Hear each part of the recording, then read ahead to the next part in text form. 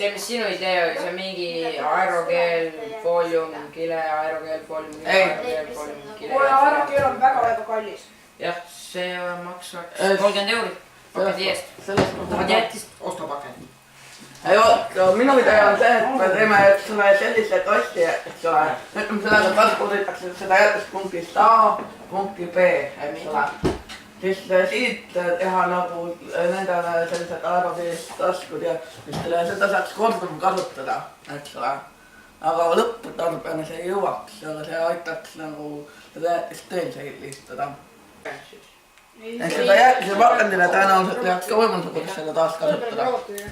Ja see teeks selle hinna palju soodsamaks. Okei, mul on siin ees praegu plastik recycling. Lihtsalt Wikipediast ka. See ei ole robotiga, pigem on see, vaata see programmi. Ja ma ei viitsin lugeda, sest ma hakkasin sellega tegema, aga... Et ta tuleks nagu vähem sinna vastu panna sõitma. Aga... Saate, kui ta sõidab, siis ta sõidab sinna üles. Näed, challenges. Okei. Siin on nagu suured raskused ja see plastmassi nagu recycle'id või nii. Aga see on teostatav. See on keerulisem, aga ütleme seda siin on väga lihtne taas kasutada. Pesed puhtaks ja lased uuesti ringladesse. Pesed pappi. Siis sees on foolium. Jaa, sees on foolium, aga pesed pappi. Sa nagu lased sisse ainult vee ja siis ettevaatlikult nii, et papp märjaks siis. Ja no mõtlen ka. Okei, ütleme põlemuse välja ühe kilekihi.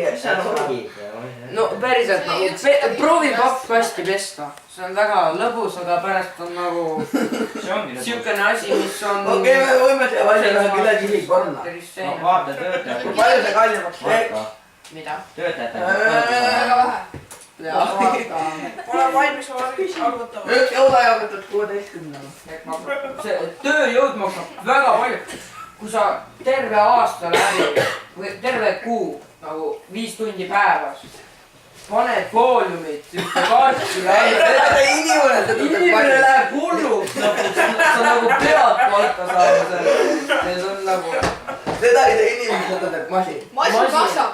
Masin, vot siis sa pead sinna vähemalt koma ära võtma ja 3 nulli taha panema masina.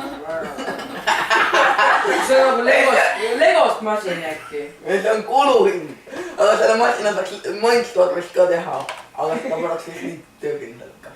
Aga hea idee.